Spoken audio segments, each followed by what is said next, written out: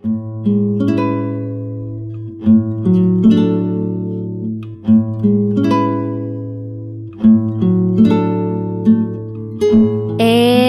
now, it's time for DJ Rocky's Secret Files.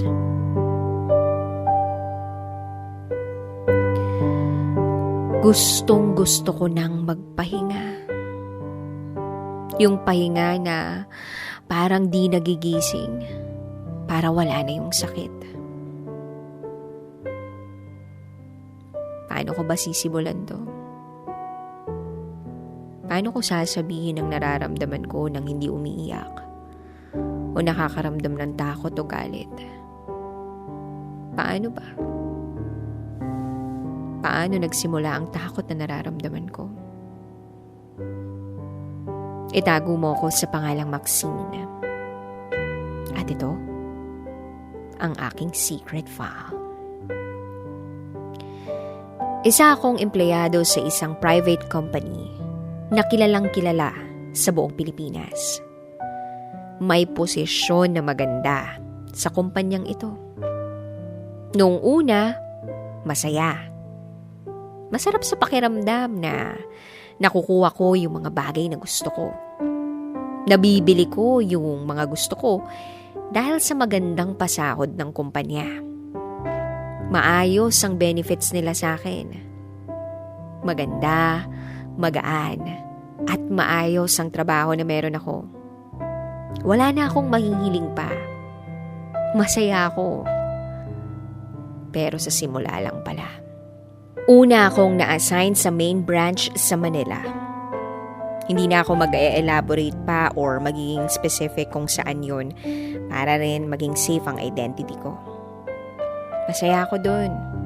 Under agency pa ako nun. Maganda ang posisyon ko nun. Papasok ng alas 8 ng umaga at uuwi ng alas 5 ng hapon. Pero dumating yung time na need nang magsara ng main branch para ilipat sa ibang part ng Luzon. Sobra akong nalungkot. Dahil before i-announce na magsasara na regular na ako nun.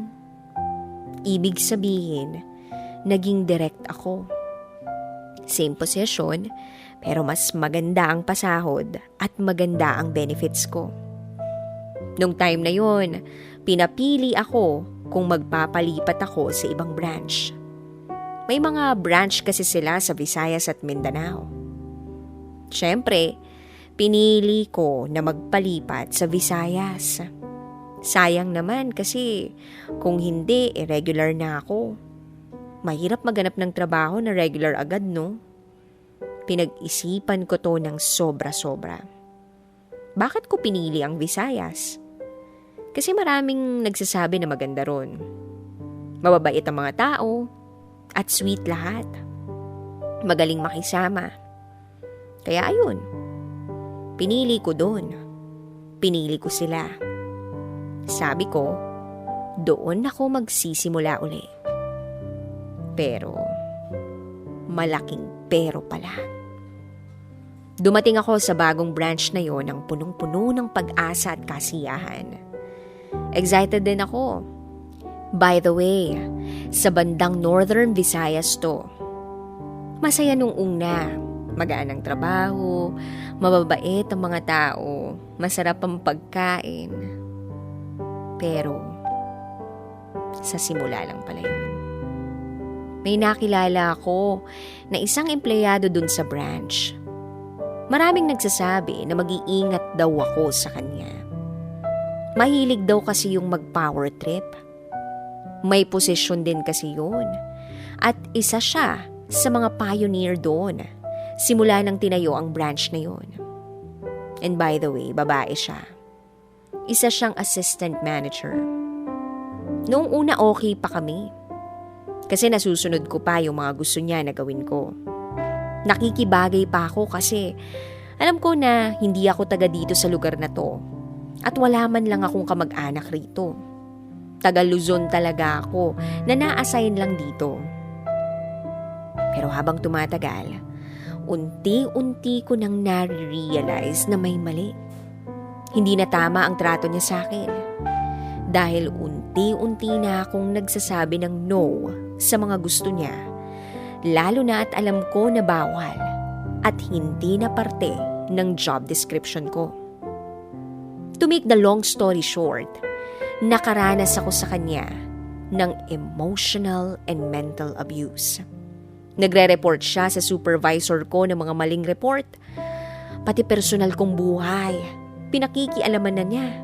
Pananamit ko, kilos, at mga lakad ko. Magaling siyang gumawa ng kwento. Dumating sa punto na lahat ng mga tao sa branch na yon ay nabibrainwash na niya. So halos lahat sila, ramdam ko na lang na pinaplastic ako. Nakakapagod pumasok sa trabaho araw-araw nang wala kang makausap.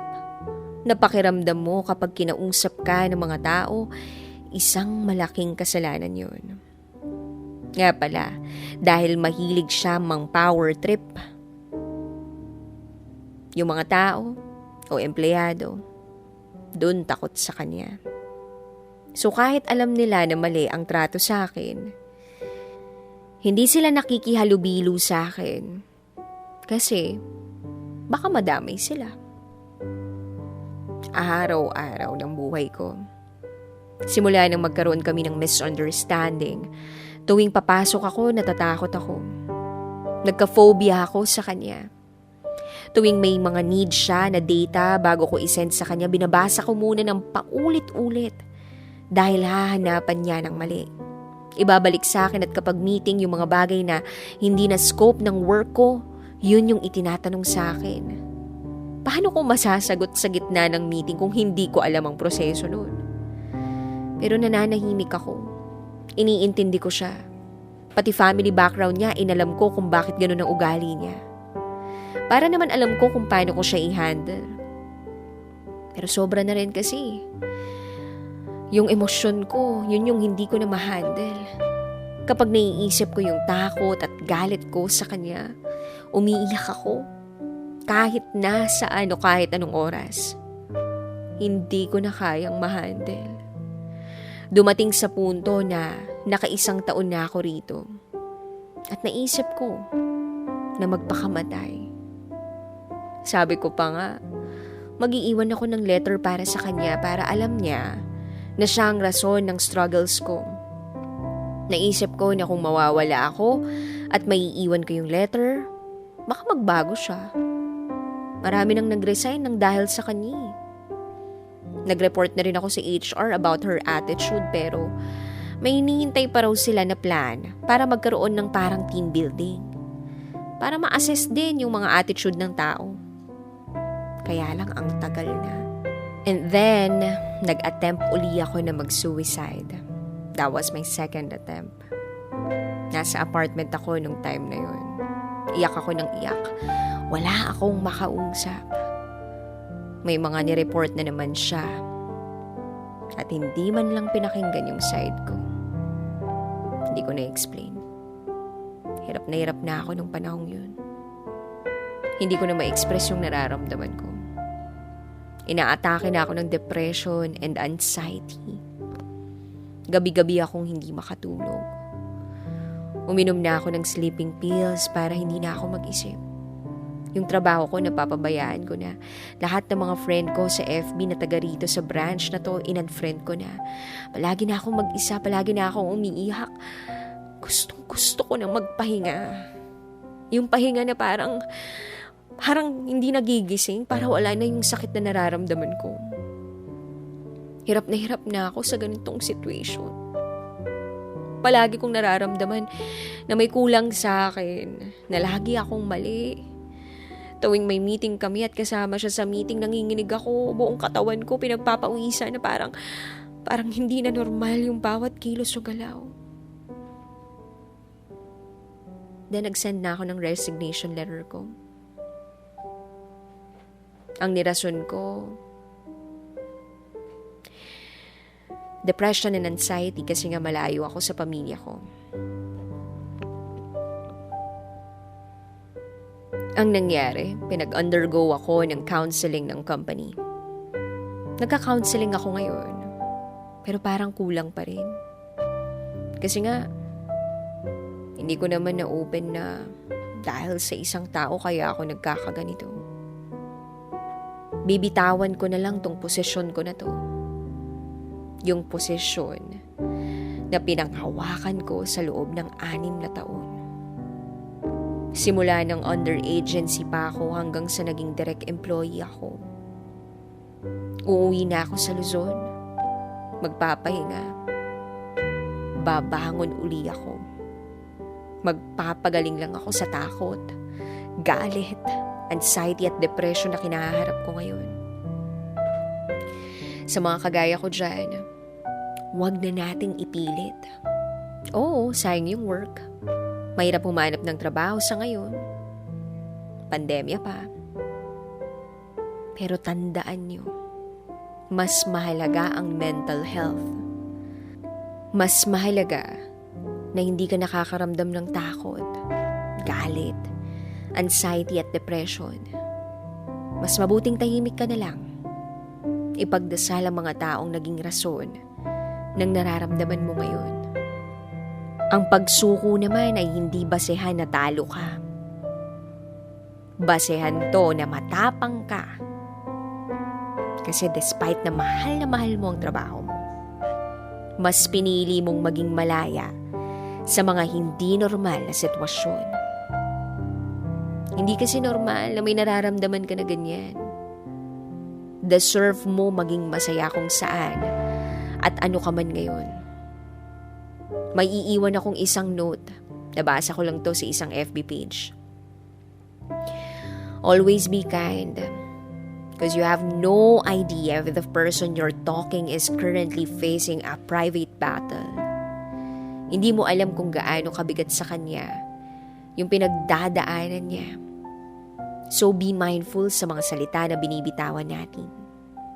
Hindi mo alam kung anong pinagdadaanan niya. Once na isara na niya ang pinto, lahat tayo pagod na. Kaya piliin nating maging mabuti sa kapwa. Yun lang po, DJ Rocky. Maraming salamat. God bless at palaging magdasal. Nandyan palagi si God. Siya yung makikinig kapag wala kang nakakausap. Muli, ako si Maxine. At ito ang aking secret vow.